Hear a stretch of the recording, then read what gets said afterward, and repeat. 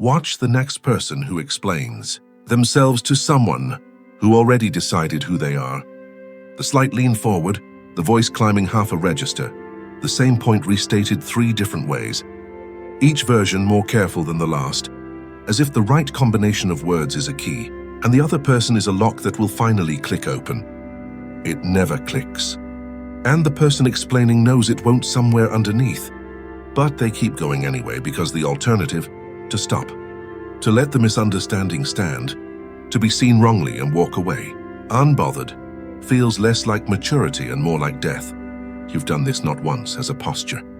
You have spent years of your one finite life trying to be correctly understood by people who were never going to understand you. And you called that effort kindness or communication or being a good person. Carl Jung would call it something colder. He'd call it a refusal to be born, because the thing you're reaching for when you overexplain isn't connection. It's a guarantee that you'll never have to stand alone inside your own mind. And that guarantee does not exist. Jung spent 50 years proving it doesn't, and proving that the people who chase it hardest are the ones who stay smallest. Let me show you the machinery underneath, because once you see it, you cannot unsee it. And the next conversation you have will feel different in a way you won't be able to explain to anyone, which, as you're about to learn, is exactly the point. Start with the lie you were handed in childhood. You were taught that being understood is the reward for being good. Communicate clearly, the lesson went. Behave well. Present yourself honestly, and people will see you accurately. Misunderstanding in this framework is a failure, yours or theirs. A bug in the system that better effort can fix. This is the most expensive belief most people will ever hold. And it's wrong at the root. Here is the first truth, and it has teeth. Truth 1. The mind that judges you is not looking at you. In 1935, the psychologist Henry Murray and his collaborator Christiana Morgan introduced a strange instrument at Harvard called the thematic apperception test. The setup was simple. They'd show a subject an ambiguous picture, a boy staring at a violin, a figure climbing a rope, 2 people whose relationship is unclear, and ask them to invent the story behind it. The picture gave almost nothing. The subject had to supply everything: the motives, the history, what happened next, who was the villain. What Murray and Morgan found is the quiet horror underneath every human relationship. People didn't describe the pictures. They described themselves. The anxious subject saw threat in a neutral face. The ambitious one saw striving. The man who suspected betrayal in his own life found betrayal in a sketch of 2 strangers. The image was a screen, and every person flooded that screen with the contents of their own interior, their fears, their wounds, their unlived hungers, and then mistook the flood for perception. This is projection, and it is not occasional. It is the default operating system of the human eye. Jung had named this mechanism before the test put numbers on it. He wrote that everything unconscious in us gets projected outward onto whatever is blank, enough to receive it. And no surface is blanker, more available for projection than another person we don't fully know, which is everyone, which is you, to almost everyone you've ever met. So sit with what that means. When your coworker decides you're cold, they are not reporting a fact about your temperature. They are telling you a story, authored entirely by their own history with coldness. The parent who withheld, the lover who left, the part of themselves they find unfeeling and cannot stand to look at. You are the violin in the picture. They supplied the rest. You have been arguing with people's projections your entire life, mistaking them for assessments. You thought if you just presented better evidence, the verdict would change.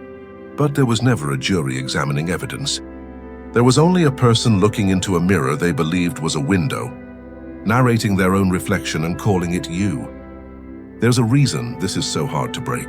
The projection doesn't feel like a projection from the inside. To the person doing it, it feels exactly like seeing. The anxious man who reads threat into your neutral face is not aware he's inventing.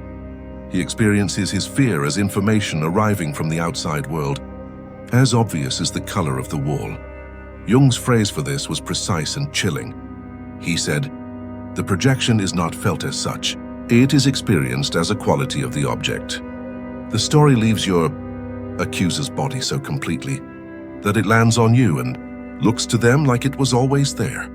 So when you push back, when you offer the better evidence, the clearer account, the proof that you are not what they decided, you are not editing a document they're reading. You are arguing with their nervous system, and the nervous system always wins the first round. This is why the overexplainer can never win. You cannot correct someone's projection by being more yourself.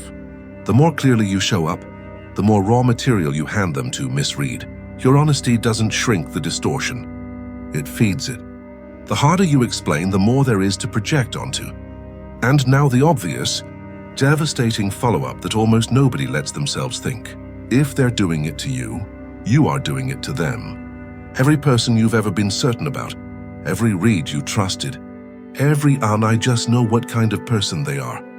Some of that was perception, and a great deal of it was you flooding a blank screen, narrating your own unlived material, and calling the projection knowledge. The condition is universal.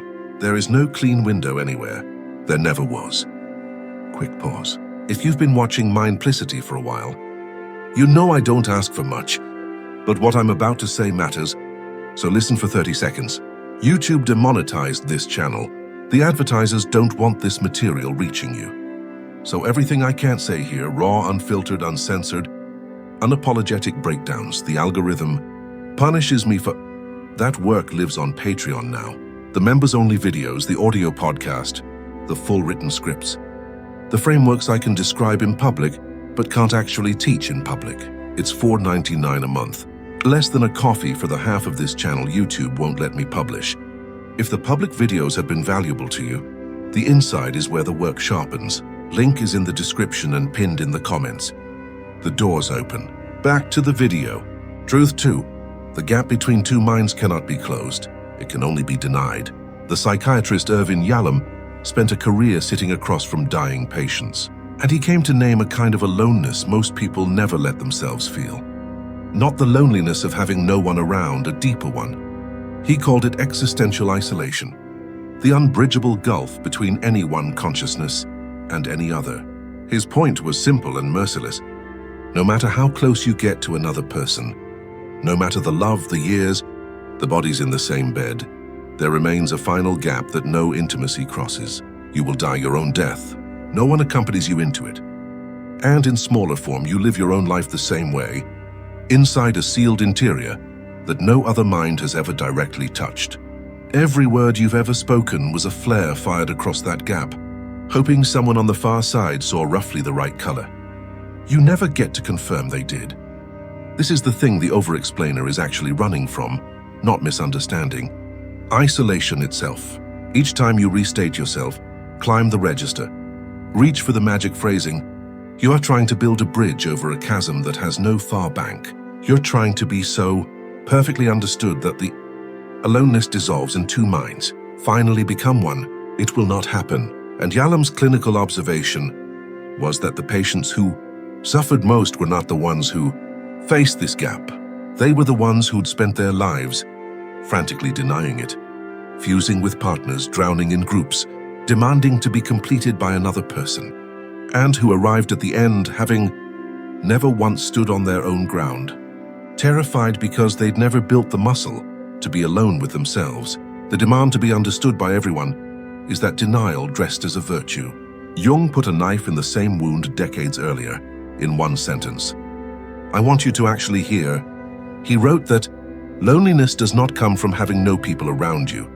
It comes from being unable to communicate the things that seem important to you, or from holding views others find inadmissible. Read the second half again, or rather listen to it again. Loneliness comes from holding views others find inadmissible. Jung is not describing a problem to be solved. He is describing the price of having an interior that is actually yours.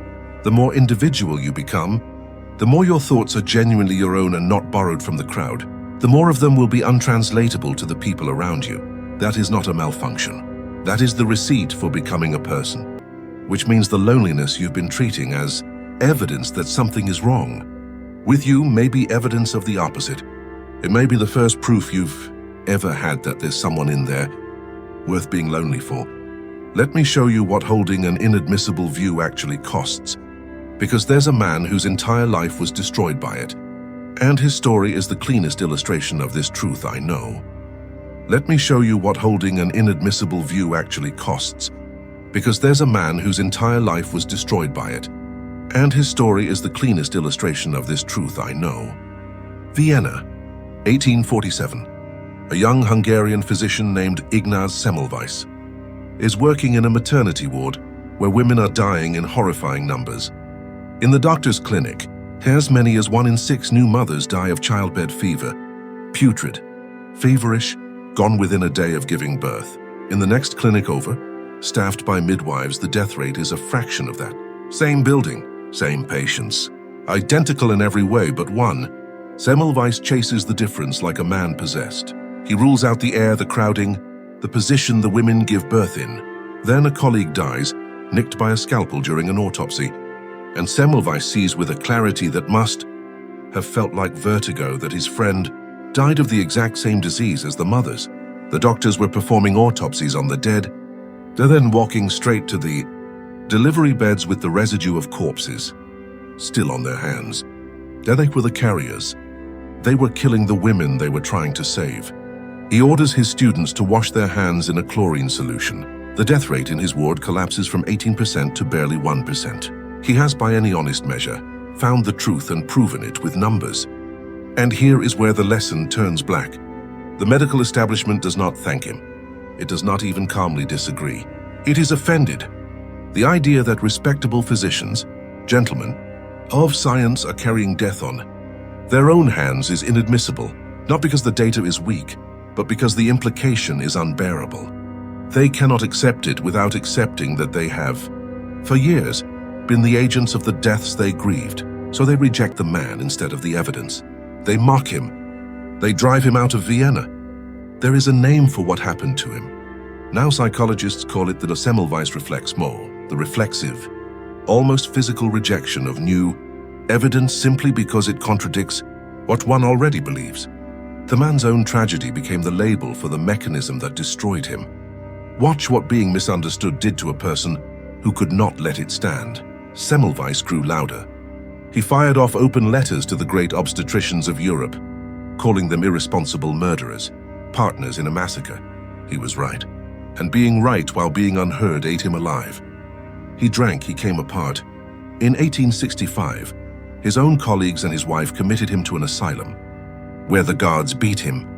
Within 2 weeks, he was dead at 47 from an infected wound, sepsis, the very disease he had spent his life trying to stop.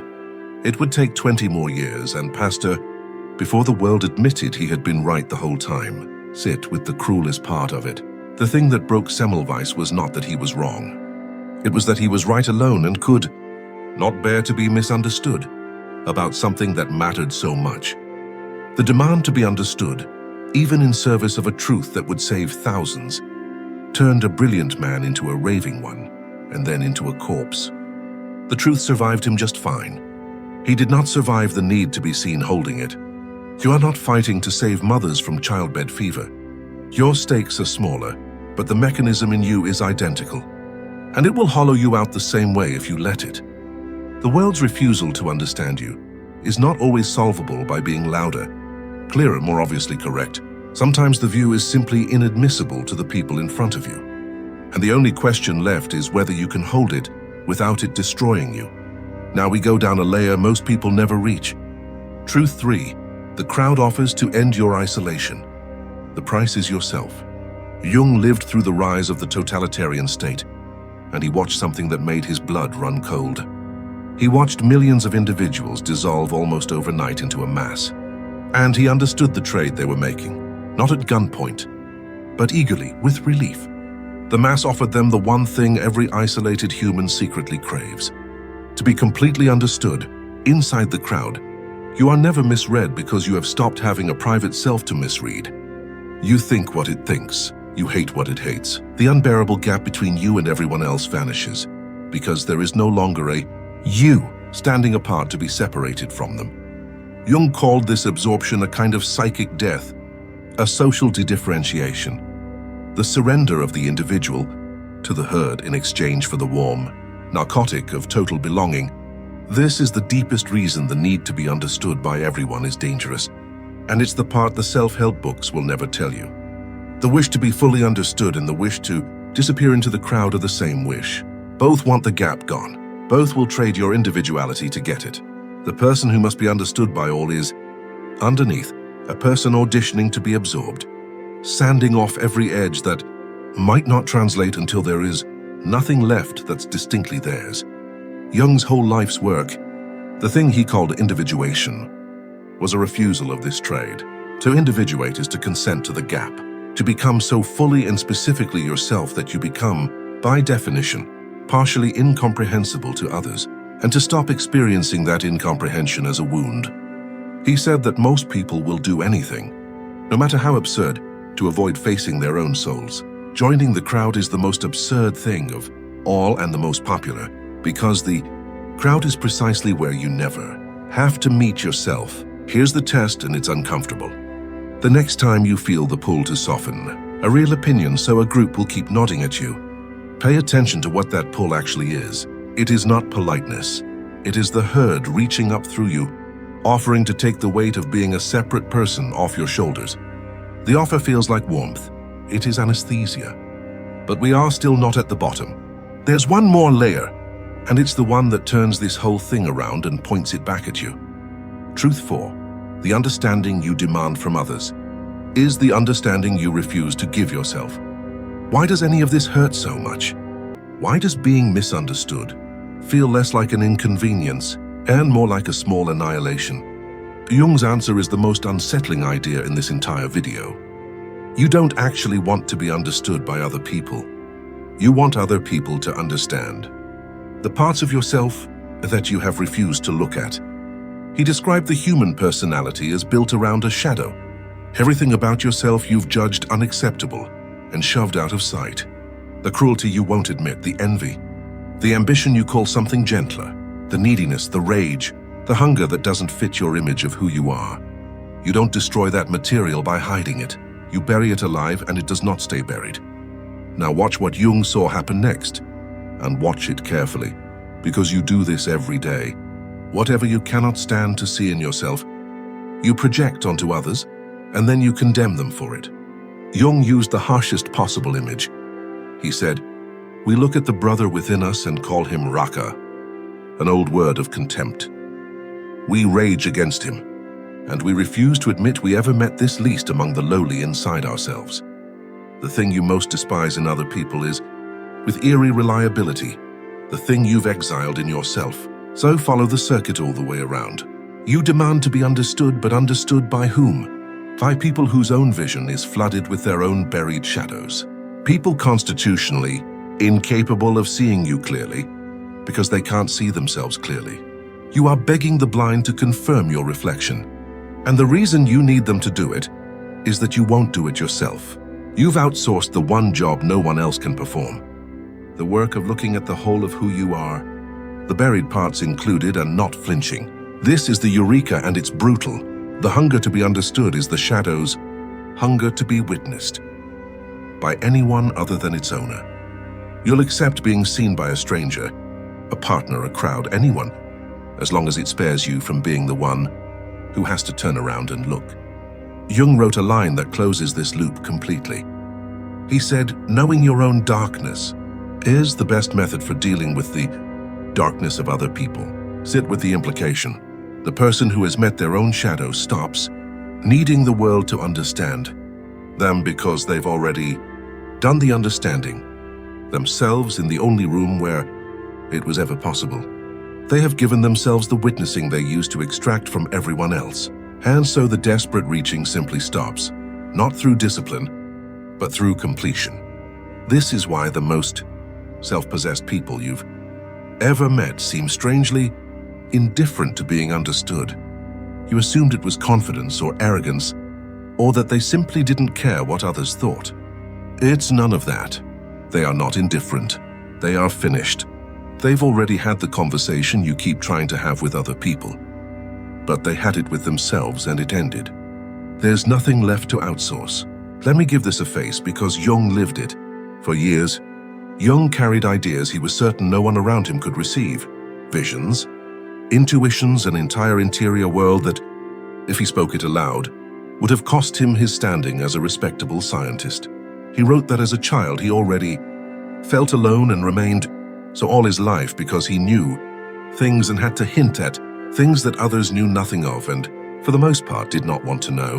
Notice what he did not try and do. He did not launch a campaign to be understood. He did not soften the material until the crowd could swallow it. He did not dissolve into the comfortable consensus of his profession, where being understood was easy and cheap.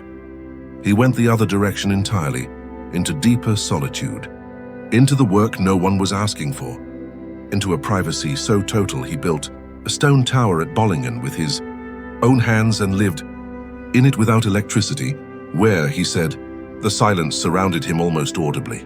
And from inside that uncrossable gap, the very isolation that the overexplainer spends a lifetime fleeing, came nearly everything that made him Jung. He did not produce his deepest work despite the isolation. He produced it because of the isolation. The aloneness wasn't the obstacle to the contribution. It was the womb of it.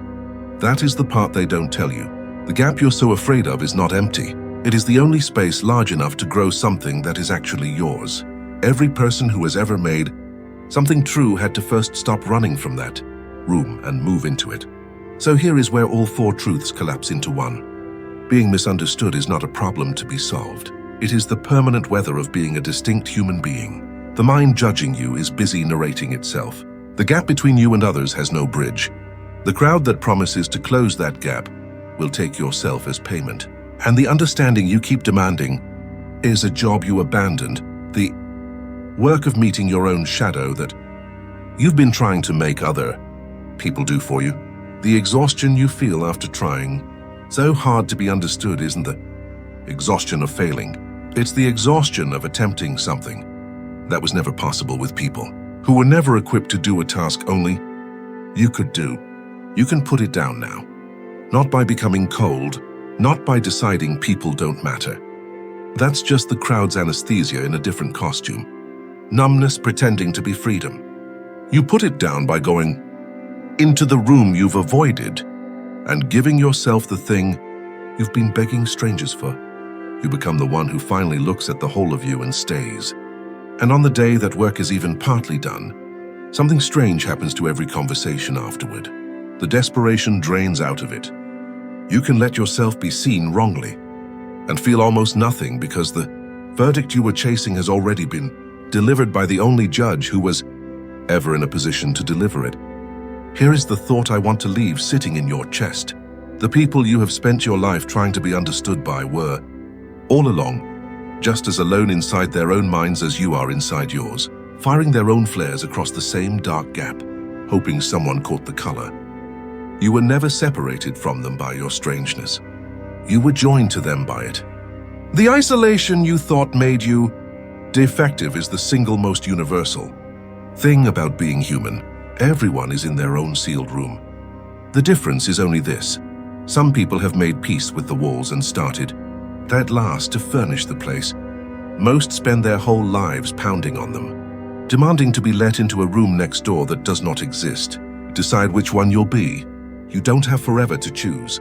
One more thing before you go. Everything I can't put on YouTube is on Patreon. The harder breakdowns, the audio podcast, the full written scripts, the work that's too sharp to publish here. It's $4.99 a month. Link in the description, pinned in the comments. Most will go back to sleep. Don't be like them. The door's open. See you on the other side.